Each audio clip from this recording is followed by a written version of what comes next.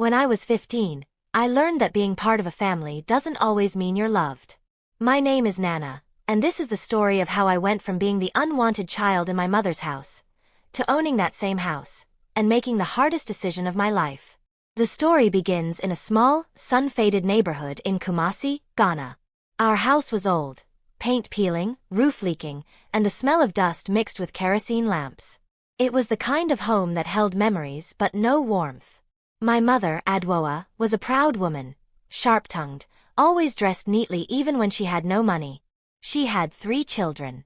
My older brothers, Kojo and Pa, and then me, the girl she never really wanted. When my father died in a car accident, I was only 9. He had been a calm man, the kind of father who'd bring roasted corn home from work just to see me smile. But after he died, it was like the light in the house died too. My brothers became cruel, echoing my mother's tone whenever she spoke to me. "You're just a burden, Nana," she would hiss whenever I forgot to sweep the compound. "You should be grateful I even feed you." Her words stung more than the beatings. Each time she reminded me I was lucky to be there, I felt my chest tighten like I was gasping for air that didn't exist. As I grew older, I started to notice something strange. My brothers didn't work, yet they always had money. They dressed well, came home late, and whispered behind closed doors. I didn't dare ask questions. My mother treated them like kings. Meanwhile, I was the servant, cooking, washing, and mopping before dawn. But what hurt most wasn't the chores. It was how invisible I was. Birthdays came and went. They celebrated Kojo's graduation, Pa's new motorbike, but when I passed my WAEC exams, my mother didn't even look up from her sewing machine. "You think passing exams feeds you," she said coldly. "You better find where you belong after SHS." That night, I cried until my pillow was soaked. When I turned 19, I left. I packed my old bag, filled it with 3 dresses, and walked out. No one stopped me. Not even my mother. I remember her last words.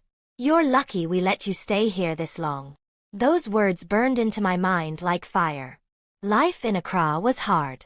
I slept on my friend Abina's floor for months while I searched for work. I applied for every job, waitressing, cleaning, anything, but no one wanted a shy village girl with no connections. Then, something unexpected happened. I met Mr. Kwame Mensah, a businessman who owned a chain of furniture shops.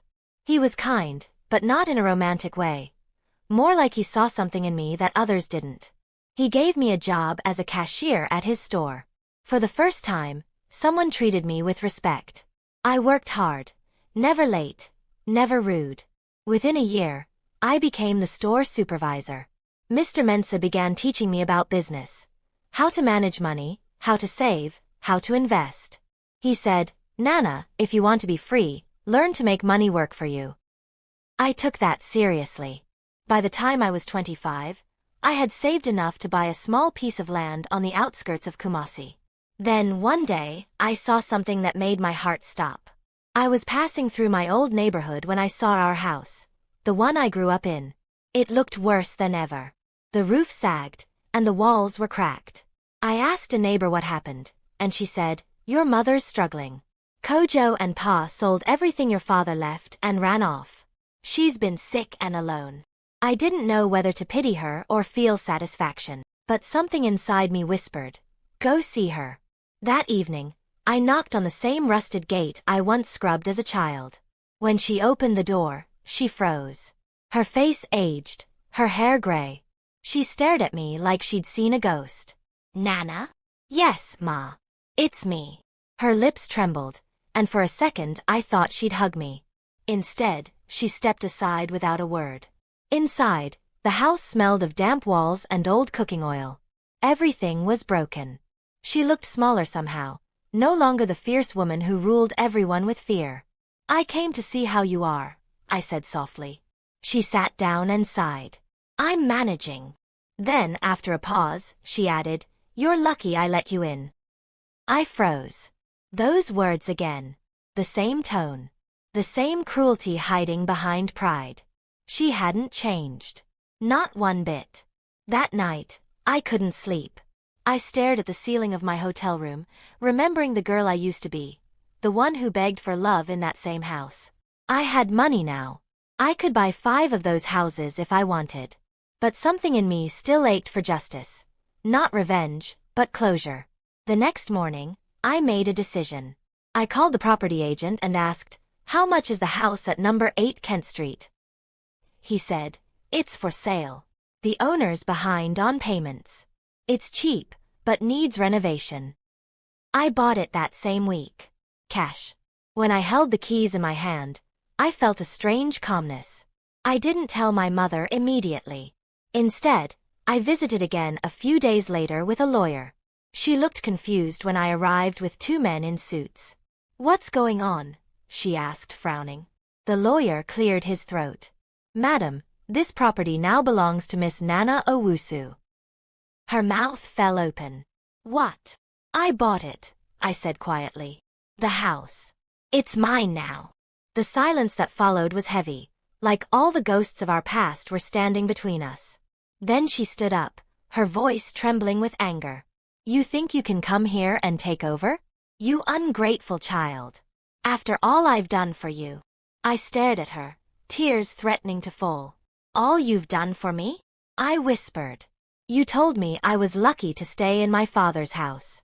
You reminded me every day that I didn't belong. Maybe now I do." Her face hardened, but I saw something flicker in her eyes. Fear. That night, I sat outside the same veranda where I used to wash dishes and cry in secret. The air was quiet, heavy with memories. Owning the house didn't feel like victory. It felt like the closing of a painful circle. But I wasn't done yet. Because buying the house was one thing. What I did next shocked everyone. Word spread quickly through the neighborhood. Nana, the girl everyone used to pity, had bought her mother's house. Some called it poetic justice. Others whispered that I'd let money turn me cold. But no one knew the years of pain that led to this moment. 3 days after the purchase, I returned with eviction notices. My lawyer had advised me to handle it legally. No shouting, no drama. But the moment my mother saw the papers, she erupted like a storm. "You can't do this to your own blood," she screamed, clutching her wrapper tighter.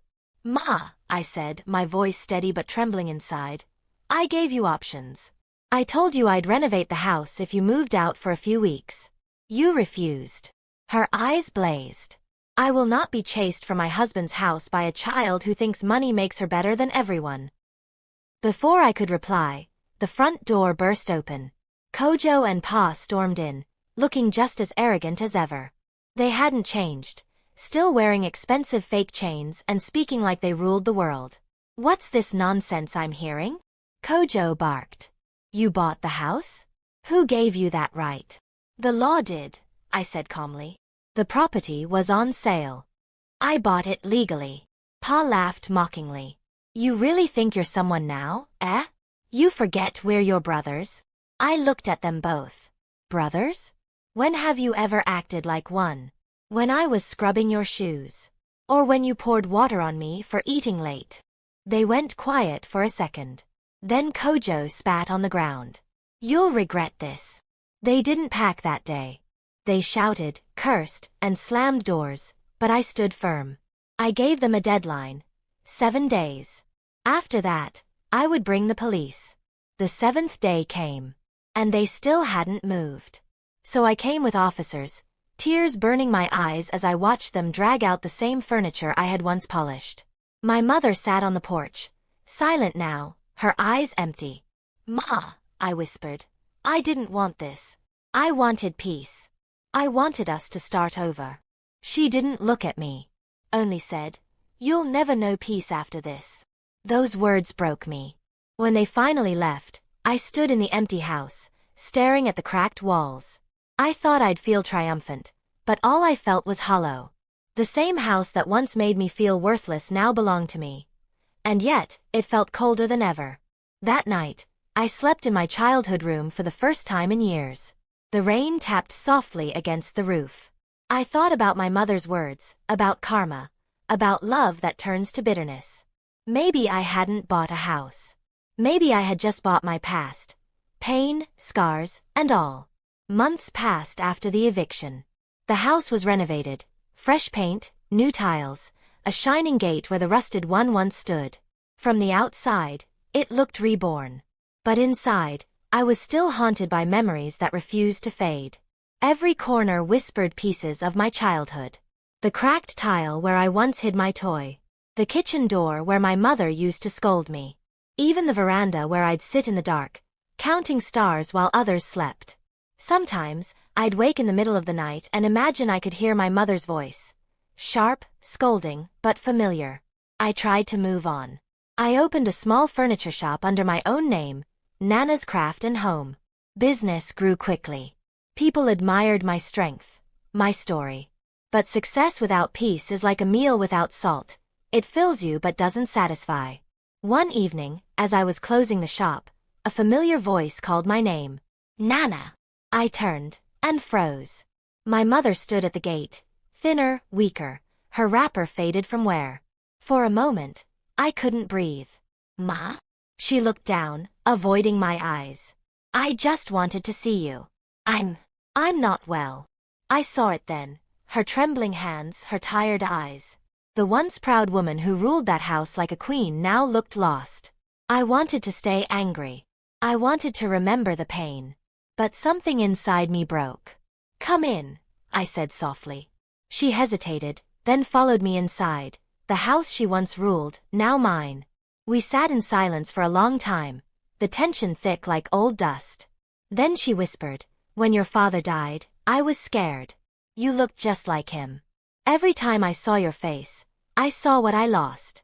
I didn't know how to love you without feeling pain. Her words hit me harder than any slap. Tears slipped down my cheeks. For years, I thought she hated me. But maybe, she had just been grieving in the only way she knew. I didn't mean to hurt you, she said, her voice shaking. But I did. And I'm sorry. I swallowed the lump in my throat.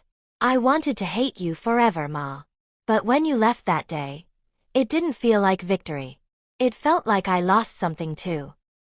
We sat there for hours, saying nothing more. Just two broken women in the house that had broken them. When she left that night, I pressed some money into her palm.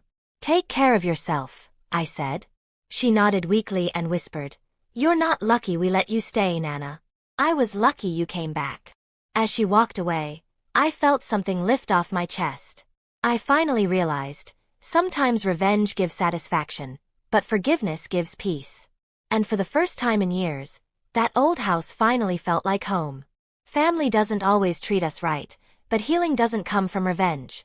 It comes from breaking the cycle of pain. Owning a house means nothing if your heart remains empty. True victory is finding peace in forgiveness.